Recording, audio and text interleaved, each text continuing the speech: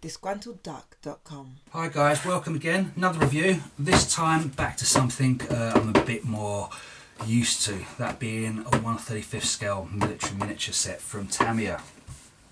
This is the Armoured command post car M577. You can see a bit dusty, it's been sitting in my loft. This is one I've been sitting on a while. So let's get in there.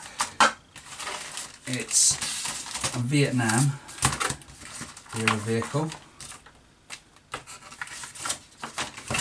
So let's get the box out of the way. I've also got the Photoetch for this one, so we'll have a quick go through that afterwards, but for now let's just go through what we've got in the actual box. So rubber band tracks, some people love them, some people hate them. As you know me, I'm not fussed at all. I quite like the rubber band tracks. If you know how to treat them, you paint them, prime them nicely, clean them before you prime them, you can actually get quite a decent look out of these guys. If you want to go for the fruity tracks or some of the aftermarket products, entirely up to you. It's going to cost you some more money, but for me and the level I'm at, I think these guys do a perfect job for me. So right, that's tracks we've got. Base of the vehicle, as you can see, the back's got a nice big open gap, so possibly we might be able to do some interior work with this one. That would be nice. Let's jump to the instructions.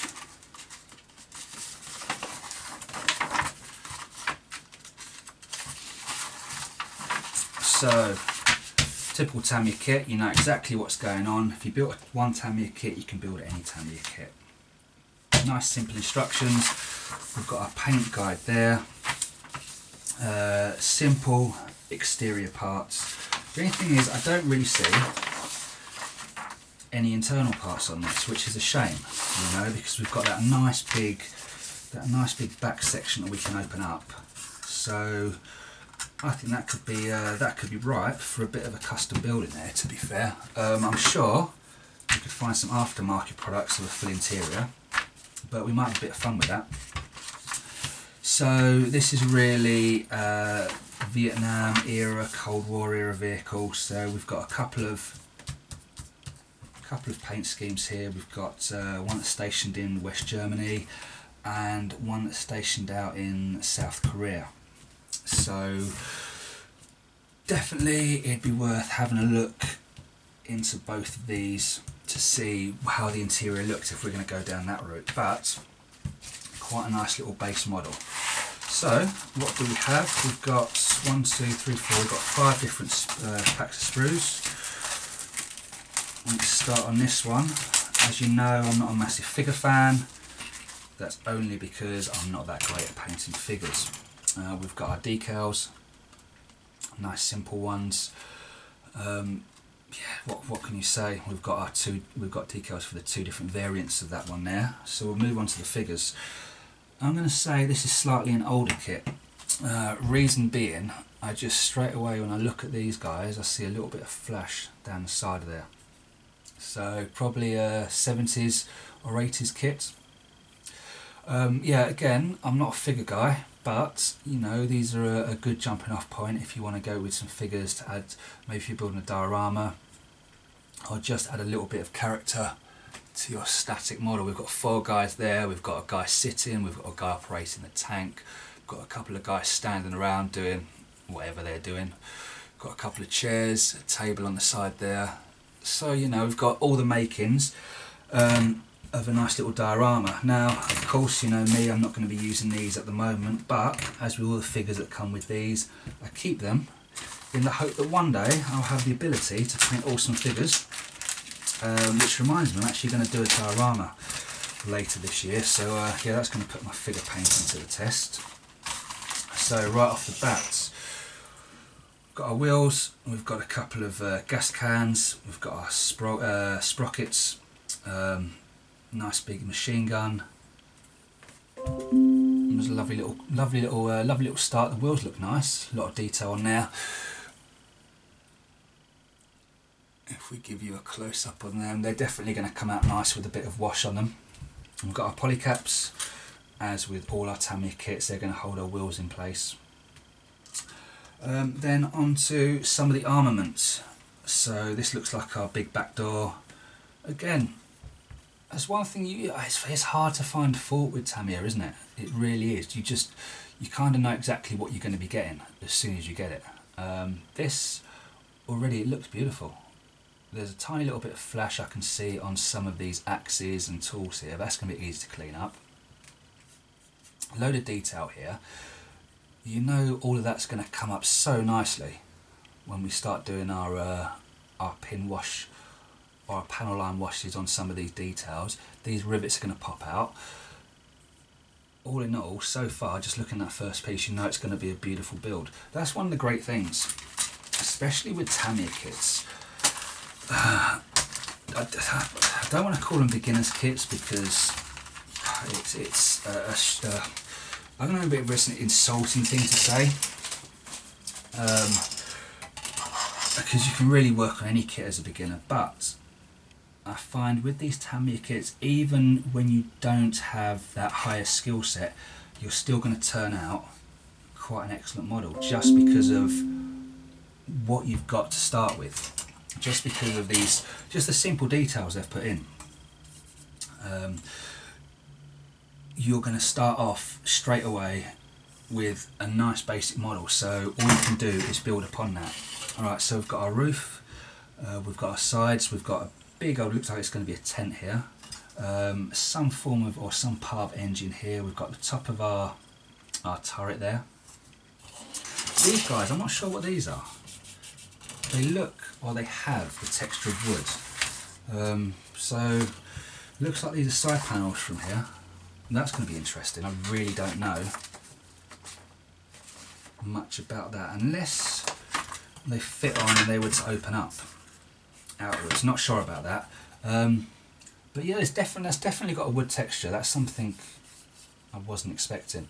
But as you can see, we've got another little figure there, or the top half of a figure anyway. As you can see, as with any Tamiya kit, you know what you're getting.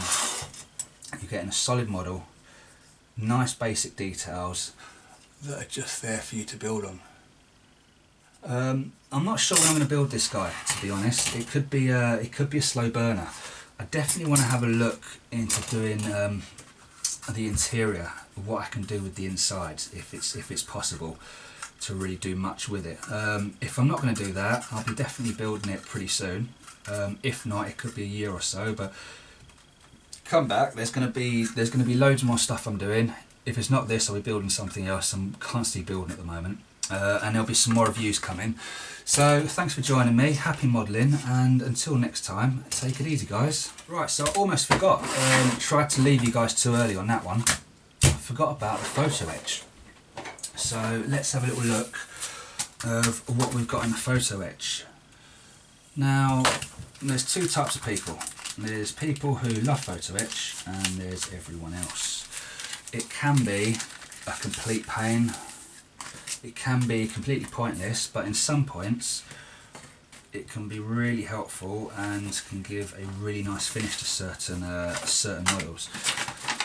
Now, this is quite a basic one. As you can see, I'll put some pictures up on the blog just to let you see what you're going to be getting in there.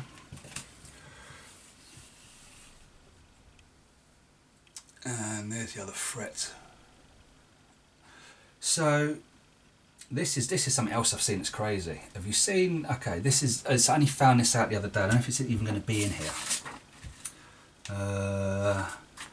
No, it doesn't look like it's on this one. But I found out and I just thought this was absolutely insane. So basically these little dots, if you can see along the side here, they're to make little rivets. So what I saw them doing was they take an end piece of sprue, a little bit of plastic, melt it, press it in there, pull it out, and you've got a perfectly shaped rivet, which is absolutely insane. I don't know if I'll ever be at that stage of doing things, but it's really cool. I thought that was actually pretty awesome.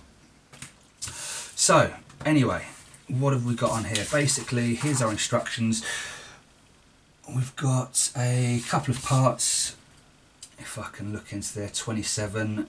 Some of these mesh parts that cover the engine grills, mostly we're going to have stuff, it's just up detailing, so they're going to be tiny little handles, little bits like that we're going to be using on this, parts for the engine, a lot of parts on the back, but it appears most of the parts are going to be sitting right on top of the hull, just for that finer detail.